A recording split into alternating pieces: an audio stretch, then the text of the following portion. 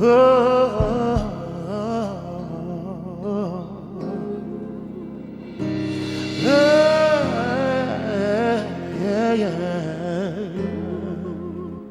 your arms around yourself, everybody, just like this. Just put your arms around yourself. I'm asking you to be intimate with you. Emotionally, psychologically, and physically intimate with your own self, with your own soul. We're hurting, we're humbled, but we're hopeful. We dismiss a consciousness of threat, intimidation, antagonism, self-doubt. We enter into a demand and expansion of peace, personal and corporate, collective peace, ultimate resolve. In the midst of the storm, we will go and grow with the flow, even when it becomes a flood. Thank you, great God, for peace that passes all understanding, joy that's unspeakable and full of glory. We ask for divine clarity, articulation and accentuation of the truth, of the sound beyond the noise and nausea. May we hear the sound, the echo of our original purpose for being on this planet. Thy kingdom come, thy will be done, in the name and nature of all that's good in God, in the consciousness of Christ. Thank you, great God. And so it is. Yes. Amen. Amen. And I am. And oh, thank you, David, for your flow. Nothing more important or precious than when a kind of synthesis takes place in the service, and I think you felt it. You'd have to be pretty dead not to in your emotions. And sometimes we do deaden our emotions because feeling is too uncomfortable. This is the direction that we hope we're going here as we continue to synthesize and synchronize our souls and ourselves as all souls and all selves, Unitarian Church. Unitarian one verse version of versification of a whole. That's the way I interpret that. That we really are one. And as a nation, and there's a lot of denial about our oneness, but there's a beautiful thing going on in our country in the midst of this pain. Sometimes trauma, which is the Greek word for wound, trauma reminds us of how vulnerable we are to pain and how necessary it is that we reconnect and recollect and re-access one another. Last night, there was several interfaith gatherings of prayer and just hugging. Sometimes you don't pray, you just hug. Or you hold and you don't speak. Or you touch and you connect with the pain. That's deeper than love, because love can be sloppy and careless. But compassion is compassion, co-passion.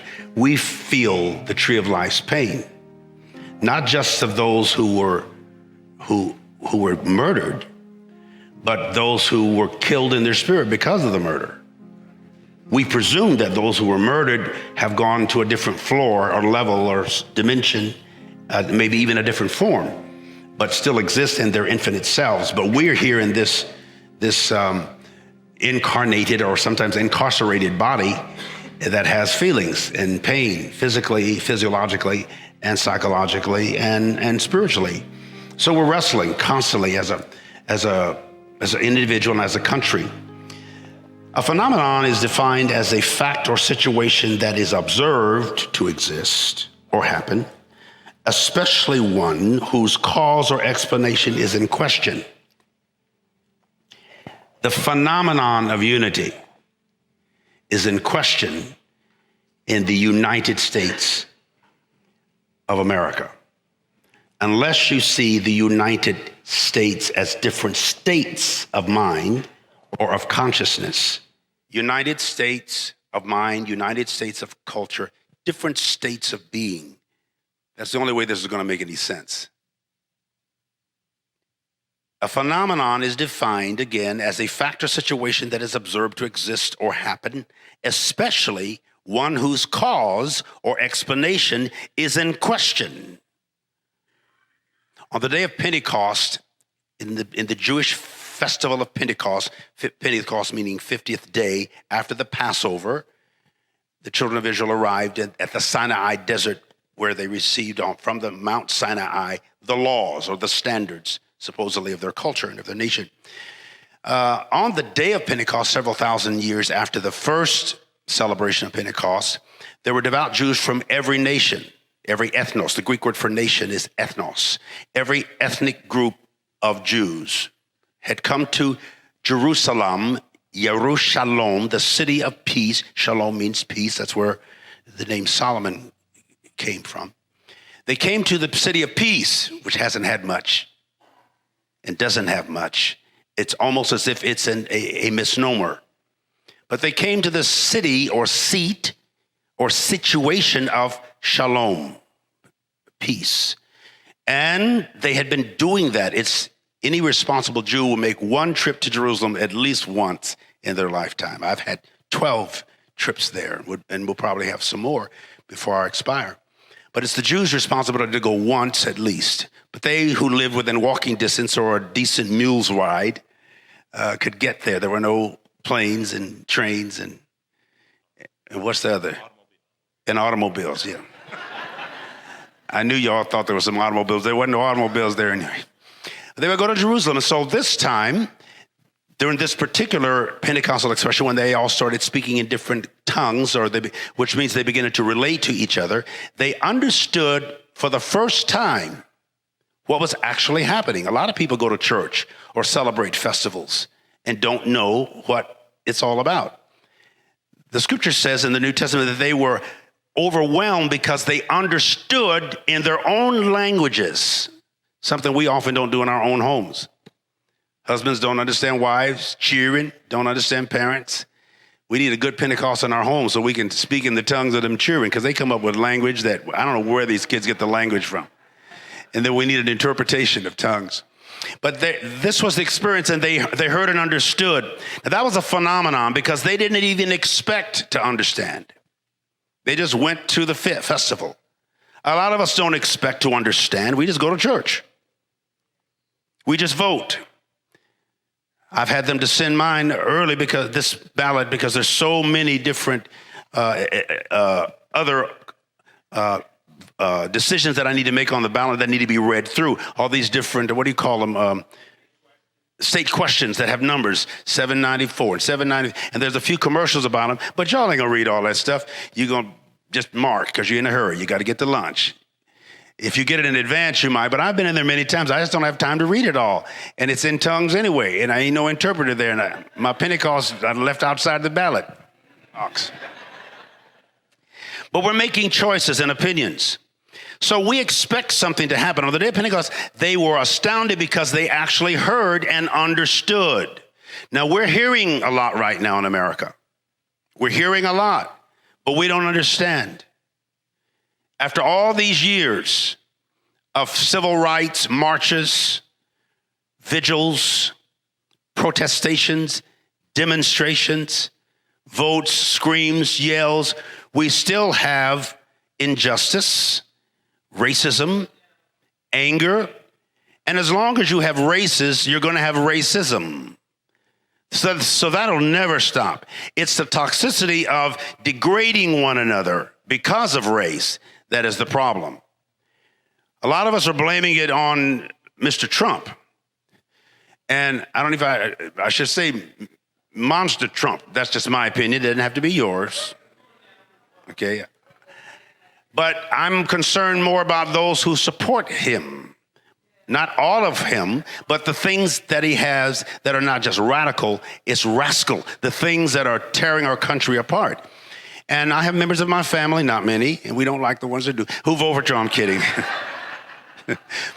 But particularly, I'm sensitized by the fact that so many of my evangelical fundamentalist people that I've spent the first 50 some years of my life hanging with, believing with, walking and working with, are so avidly in the same.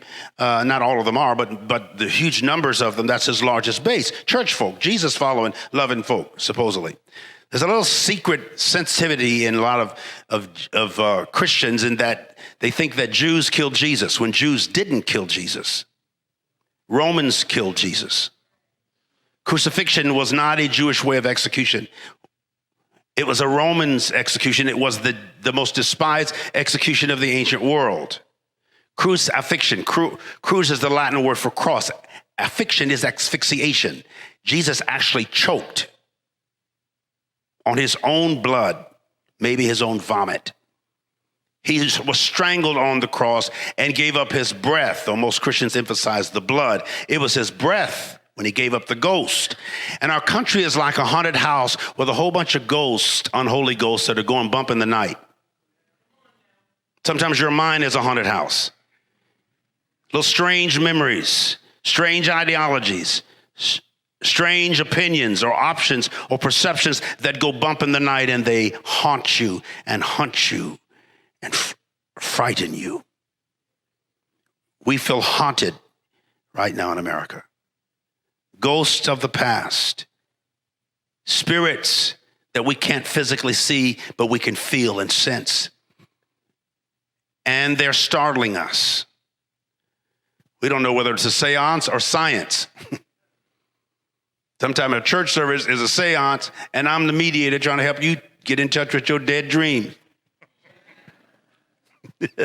You want to hear something from the dead?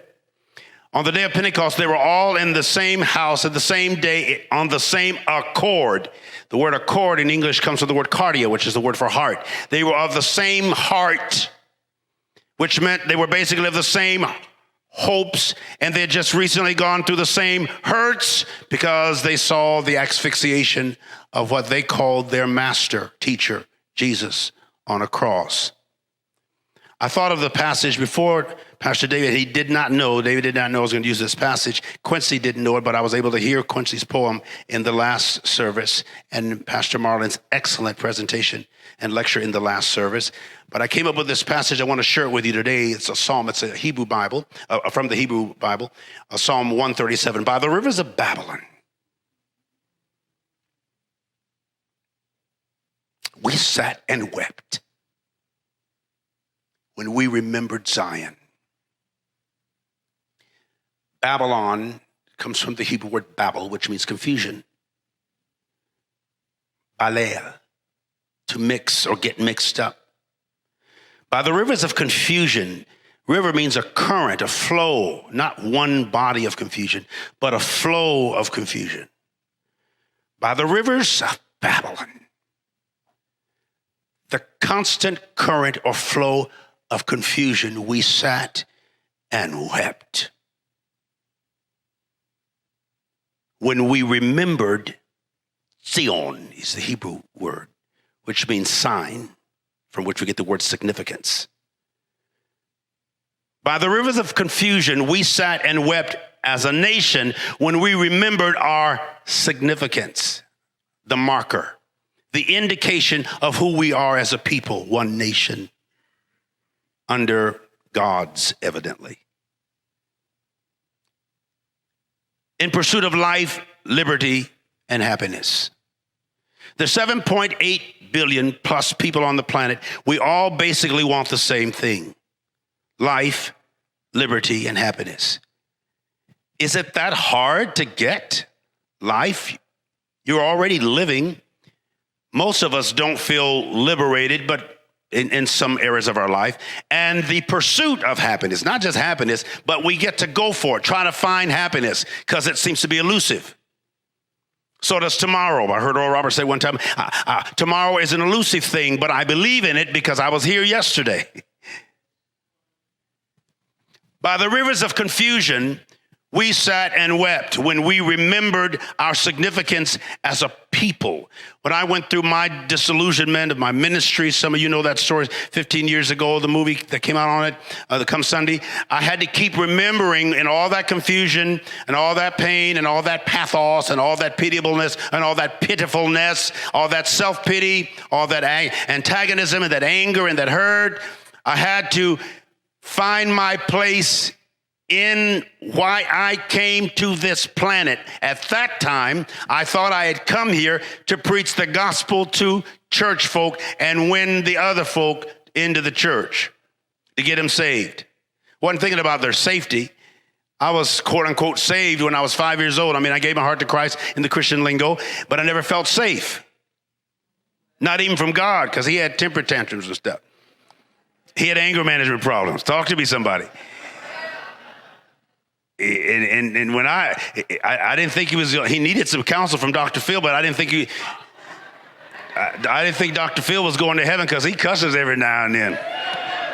From my background, you couldn't cuss and go to heaven.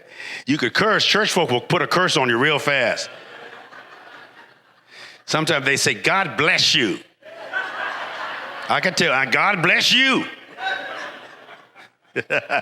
we wanted to cuss, and we had to make up scriptures and stuff and try to find ways to cuss. There on the poplars we hung our harps, for there our captors ask us for songs. Our tormentors demanded songs of joy. This is called a Psalm of Exile, when you are away from your familiar or your roots or what is most common to you. You're in exile. There's a lot of people who feel like they're in exile in this country. Tree of life was the exact opposite of the tree of the knowledge of truth and evil, of a good and evil in the Old Testament narrative. The tree of life, we presume Adam and Eve never got to eat from because they ate first from the tree of dualities. Two allegiances, one to good, one to evil.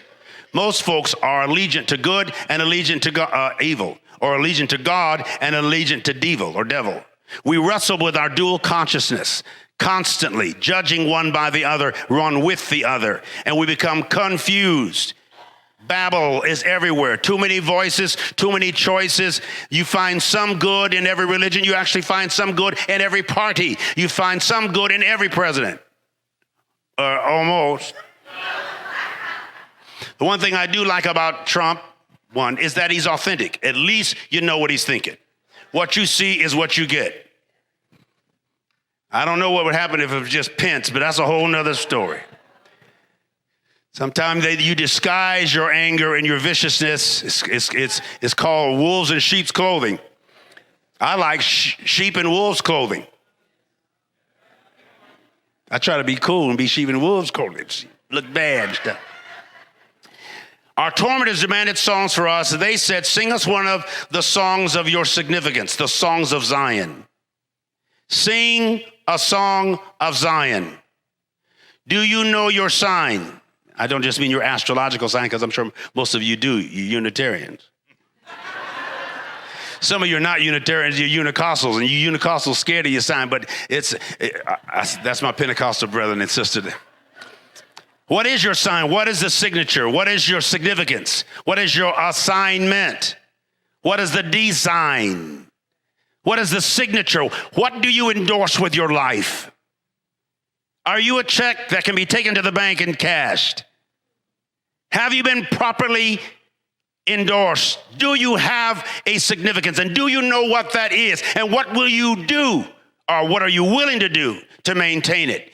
Including hanging your harps on the poplars and crying because you remember who you are. And all of this crazy stuff that's happening in America. Anti-Semitism, acts of hatred, bullying have intensified up to 52% since 2016.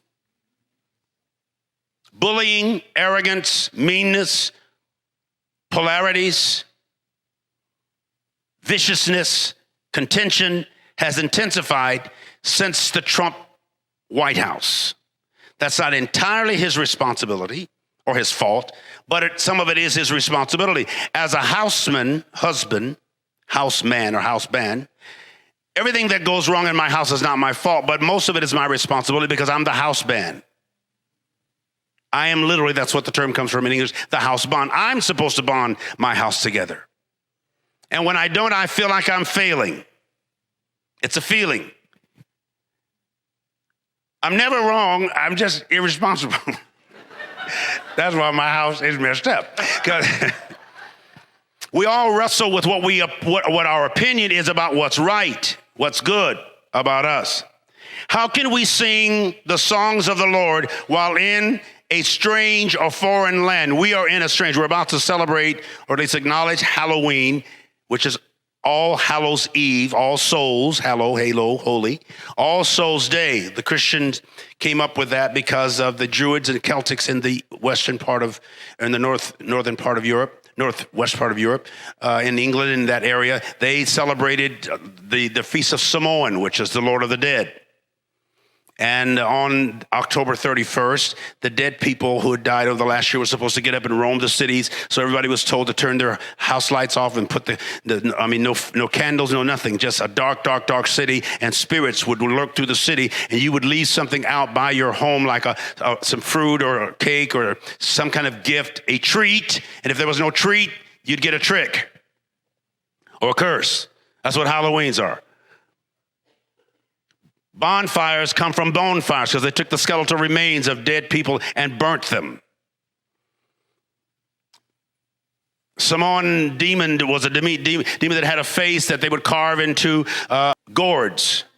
And we do pumpkins to draw the face of the demon. They were very superstitious, and the Catholic Church had to have All Saints. They had a Halloween for All Saints Eve because we needed to counteract, because on that day, the Day of the Dead, Christians believed that their dead folks resurrected. Christians believed in dead stuff too. They just call it Holy Spirit. And the only reason they call it Holy Spirit because they believe in unholy spirits.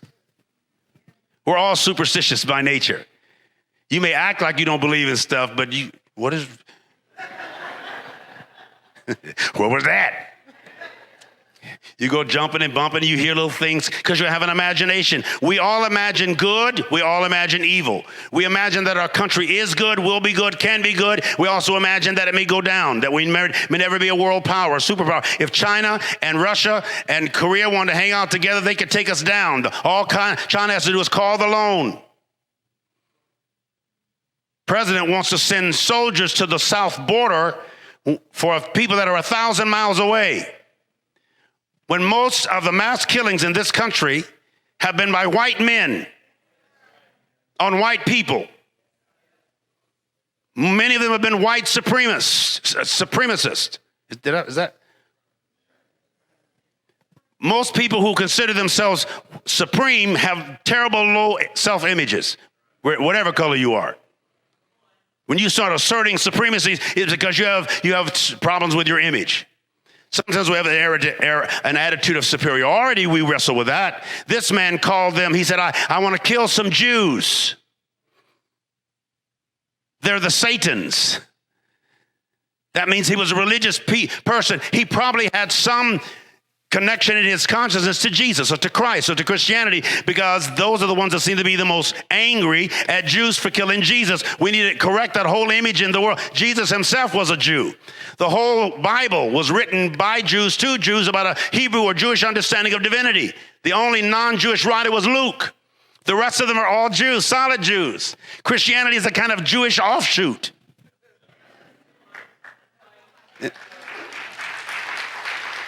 But because we don't understand, by the rivers of confusion, we sat and wept when we remembered that there's a significance to our essence beyond religion, beyond nationality, beyond ethnicities.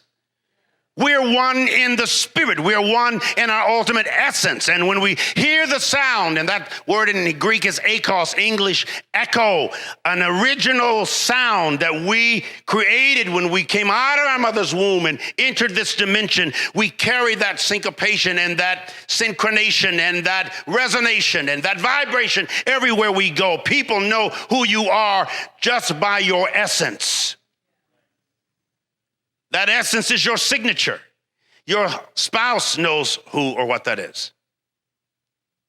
Your children know. Your dog knows your essence. Your cat knows. Fish, I have fish, and they know when I'm coming near the the aquarium, because they're going to eat. Talk to me, somebody.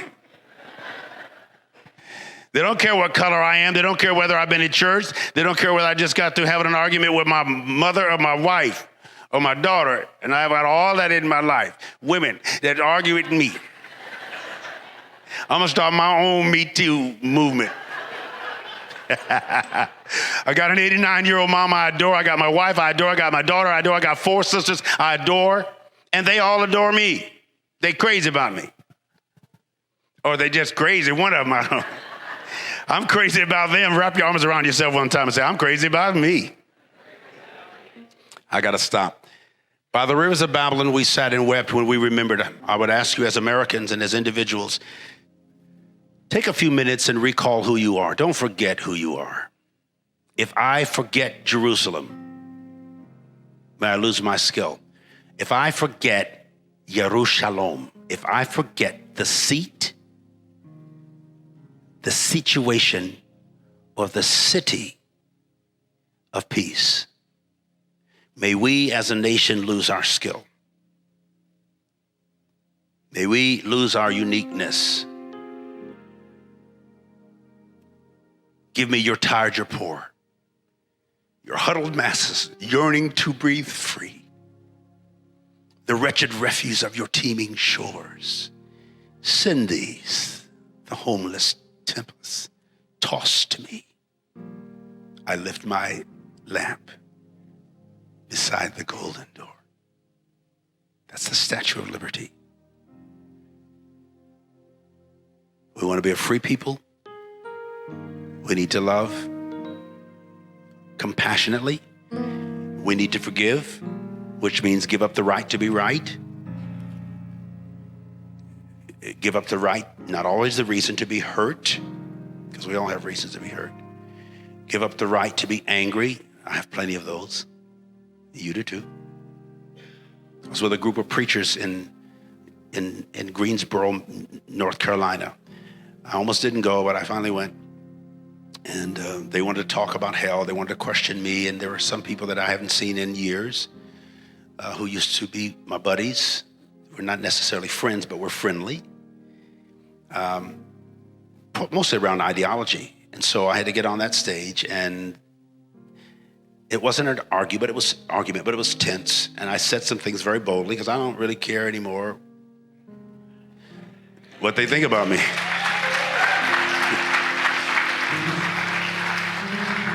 They've thrown all the dung and shift, S-H-I-F-T, and I turned it into fertilizer. Get them hands up and tell him thank you. And I just grew. I accepted what was mine, and I grew. And I found myself, first I was a little tense, felt alone. It kept me away from the others until I saw familiar faces, and I did see a few. And I wrestled with certain kinds of intimidations, not because I was afraid that they didn't like me. Most folk will never go through so many people not liking them overnight, to go from a hero to a zero. And I hope you never have to go through what I went through. It's a crazy, psychotic thing. And you have to sort yourself through it. It's like people who've been through a divorce, or people who've been rejected at a family reunion, or people who have lost all their loved ones. And to go through that long period, these few little folk that stuck with me and came over on the ship with me to All Souls. David's one of my dearest friends on the whole planet. I mean, I opened up to him and shared him. He doesn't share a lot of his stuff. He goes through his stuff by himself. He don't have time and space because I'm busy sharing mine. But there's a unity. We relate to this preacher because he's a bold, adventurous, risk-taking guy.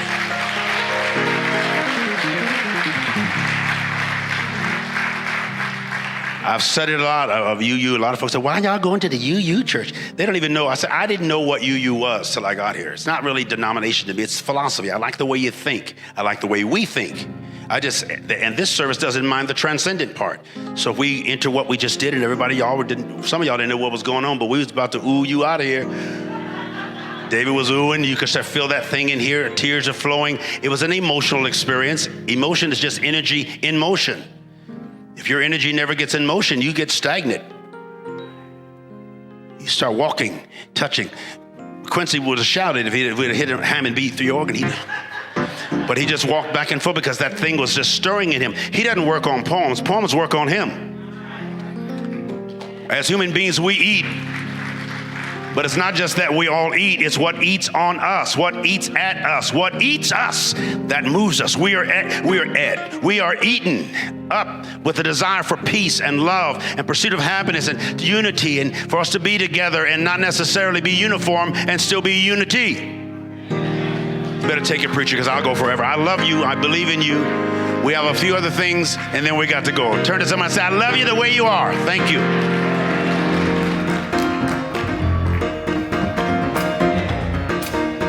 Sorry. I don't know what that's on. Hold that for me.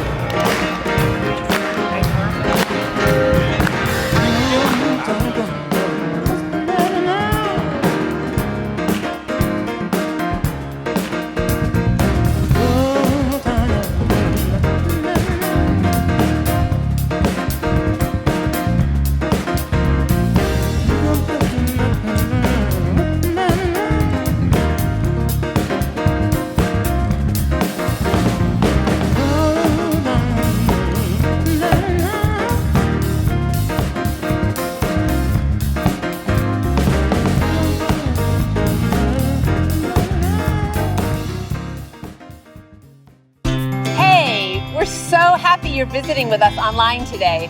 We love connecting with people all across the country and around the world, sharing our powerful message of love beyond belief. There's something new happening here. You can now join All Souls as a virtual member. Our virtual membership is designed for friends who live outside of Tulsa, Oklahoma, and who want to engage with All Souls in a meaningful way. You can be part of an expanding family, a global family really, wherever you are. If you live in Oklahoma, Ohio, or Orange County, California, Canada, or Cameroon. By becoming a virtual member, you'll be able to deepen your connections with members and friends here in Tulsa and with members wherever you are. Each week, you'll receive special All Souls content tailored for you, our virtual members. Virtual members have access to pastoral care, to personal prayers, and also receive invitations to exclusive web events. You can learn more, and if you're ready, you can become a virtual member today by visiting allsoulschurch.org/virtual membership. We're grateful our ministries are having a positive impact on your life, and we want to share the good news of love beyond belief with more and more people. So no matter what, we need your support to keep this ministry growing and thriving, so please consider making a gift today. You can do so by texting LOVEBB for Love Beyond Belief to 73256, or simply visit our website. You are a blessing in our lives. May you be blessed and be a blessing.